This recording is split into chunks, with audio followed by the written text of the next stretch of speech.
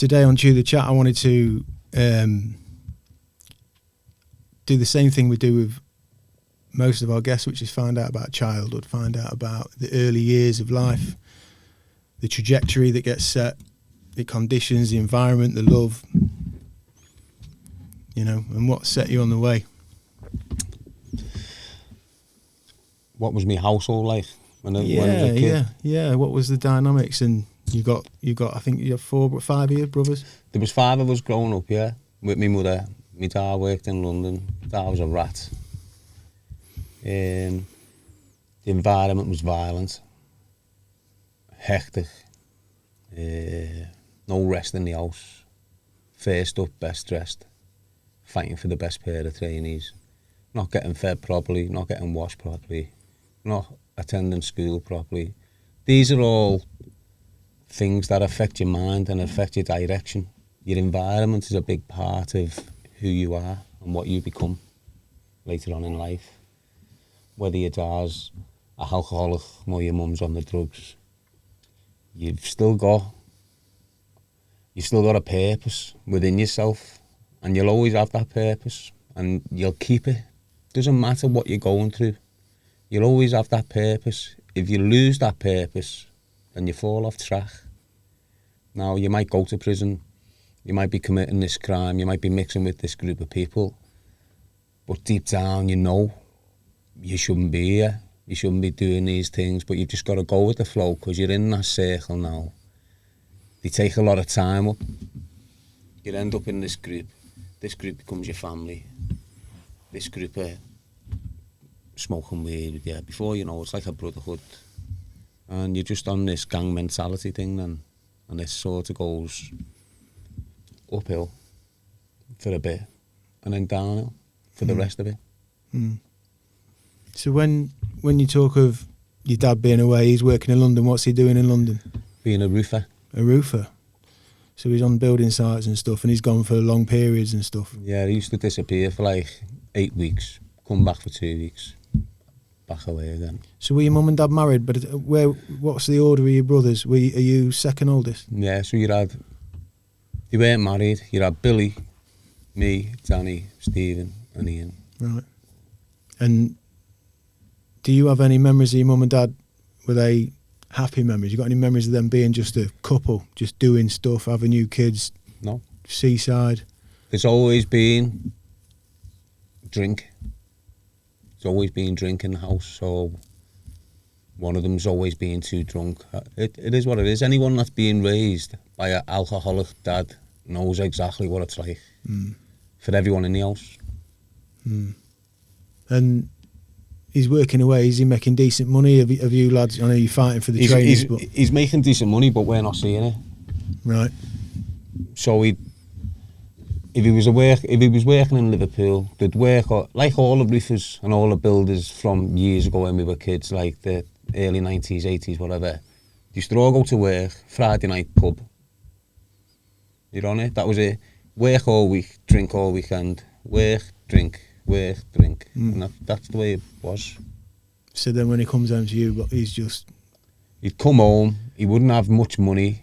There'd be a bit of an argument with him and my mother. My mum's been waiting for this money so she can feed us. Cool. He's coming home without it. There's an argument. He fucks off, goes and gets pissed, comes back drunk, and gives us all a hiding. And that's just clockwork. And that was continuous while we were kids, yeah.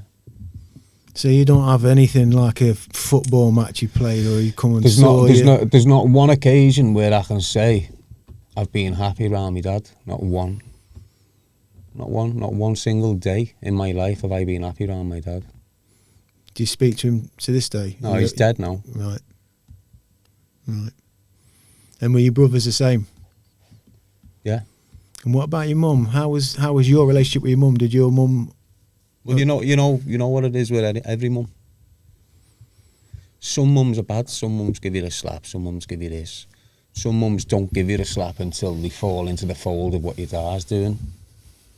My ma tried her hardest to protect us every time and got a good hiding for it. That's what my ma was about. My ma would jump in front of us and protect us and get battered for it. So that's what my mum was about. Later on, when she been beat up too much and got conditioned. You call it domestic abuse now and violence and all that, but as time went on, the more beaten she got, the more drink she was consuming, and the more I don't give a fuck about you kids was coming out of her mouth. Yeah, so it is what it is with every woman. Men destroy women, just like women can destroy men, but it's more men destroying women. So when in that period when your mum's fighting your corner and getting in the way, are you having moments where maybe, I don't know, you're in the bedroom, she's come sat on the bed where everybody's in tears, it's trauma, is she comforting you? Do you feel loved from your mum? Yeah. Always did, mate. Always did. She mightn't have been able to feed us. She mightn't have been able to dress us. You know, she was a single parent, basically, with 5 kids that was running wild. So she done her best. She could have done better, stopped the drinking, bought food and all this, but you've got to understand, at that time, most women were getting a good hiding off the fella. Most women were getting a good hiding off the fella when we were kids. So, as you say, it's like times. Things that were acceptable 20 years ago are definitely not acceptable now. So, it changes with the times. So, your mum obviously is just in this situation with your dad. This is going on for years. You get into your early teens. You're starting to become a young man. There's 5 of you boys. Are you boys ever sort of clubbing together and thinking, you know? No, we were always apart. We were never together. For whatever reasons, my older brother mixed with a firm that didn't like us. So we was sort of, it was weird. It was mad when we were growing up. Because what happened is I ended up in care, Danny ended up in care, Billy ended up down there with a family friend. Ian ended up down. We were just parted. There was no solidarity between us. The only people that had solidarity between them really was me and Danny. Why? Because we were in the system together.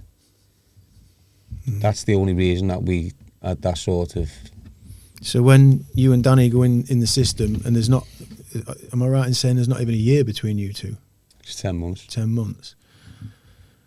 So when you guys get put in the system, how's your mum at that moment? Is she just too broken to even know what's happening? Is she beside herself? She couldn't do nothing. When we got dragged into care, we were in I mentioned it in the other podcast, in a place called Lantry House.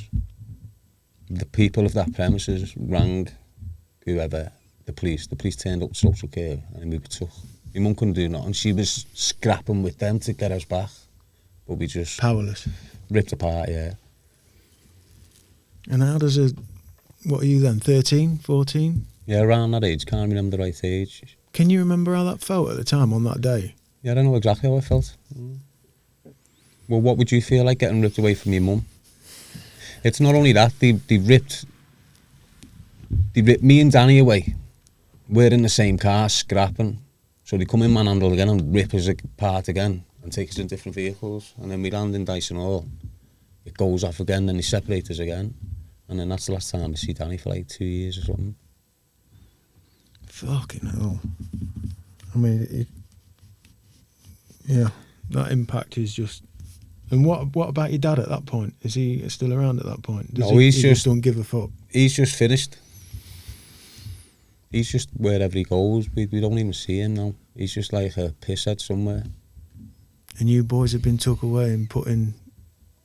We all ended up... I ended up in care. Everyone else ended up with different parts of the family. The 2 youngest stay with my mum, Ian and Stephen. Eventually, when I've left the care system, when I was old enough, 18, so I stayed back to my ma's. And when you're in the care system, how do you adapt? How do you even come to terms with what's happened? And you've just got to. You've got to.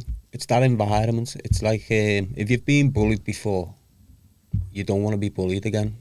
So you've got to adapt, because them environments are full of bullies. And if you let a bully you once, them other bullies bully you as well. So you get bullied once or twice, then you fight back, and then once you've fought back in that environment, you've got sort of an enigma around you, some sort of, oh, you can fight, and you start to go on that flow. Why? Because you're not getting bullied no more. Of course, yeah. It's power in a way, isn't it? You know, well, that's all that powerless. environment is. The more violent you are in that environment, the more power you've got. It's not respect, it's fear. And, you know, in that environment you talk of, in a children's home, I mean, you've got little humans, little developing little humans that were a blank canvas. They were just a you know what it is, bag mate? of potential. You see it more and more now, like, you're getting young people who are 12 and they're messing up a school a little bit. And what they do in school, they now force them to sit in boxes. So they've got classrooms in school now where kids will be put in them for 2 hours and it's a box against the wall. They can't turn round, they can't talk to no one. This is in mainstream schooling, mate. This is what they're doing these days to kids. Right? I've been in one of them. It's just, it is what it is, isn't it?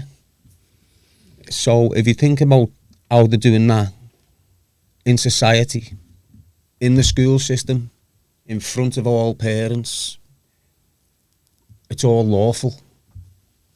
Tell me how they can get a 13-year-old kid, put him in this room where he can't talk to no one, he can't do nothing. It's like a cell. Mm. Because what? Because he's had no sleep in his house because his mum's on the crack and his energy levels are through the roof, so he can't behave in a class. You want to start isolating him straight away. Mm. You want to start conditioning his mind into solitary confinement sort of sense. That's what Why are we missing the point then? What's happening? What's going wrong where, you know, you end up in a care home with a load of other 14-year-old kids who essentially were those bags of potential, those fresh-faced kids with a track in front of them, but missing love, missing security, missing bonds, missing just fucking something reasonably safe and solid. You all end up in that environment, and then you it's like you're missing the love, you just got fear, and then you turn on each other, you know, like the kids. The only thing you've got growing up is your mum. This is my opinion. Yeah. The only person in your life, really, that is showing you any type of love is your mum. Mm. That's my opinion, mate. So when you come out your mum's womb, you put on a chest. When you put on a chest, you start developing energy between you, start intertwining. You start becoming. That's how you become close. The mum's love goes into the baby. That's what the mum starts loving.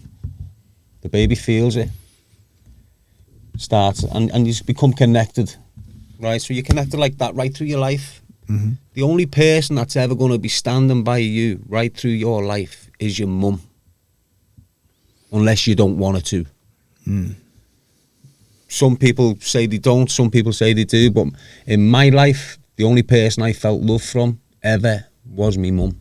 Even with your brothers, even though your brothers were in that same boat and you were experiencing awful things together, didn't you? Was there not a bond for you boys? Yeah, it created the bond, but it weren't a loving bond.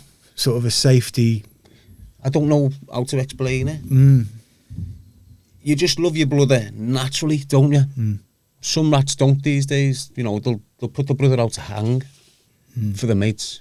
You know it, but the bond I had with Danny was more. It was like when we're together, the force and like the shield around us, like the energy field. It's just like because safe for you as well. Feels safe. Yeah, we just feel empowered. We feel like nothing can touch us now because that's how our bond was developed. Our bond was developed getting whipped with belts inside the beds and screaming for help, and the only person we could help was each other. So that's where our bond come from. Not an breaker. That trauma's imprinted deep. Yeah, but it's not nice getting tied to a bed and whipped for coming in half an hour late. And that's what was going on with me and Danny. None of the other kids suffered this, just me and Daniel, you know. So it is what it is, mate. It was a messy childhood. We got raised by a nasty man, and it's all about your guidance. It's all about who's raising you.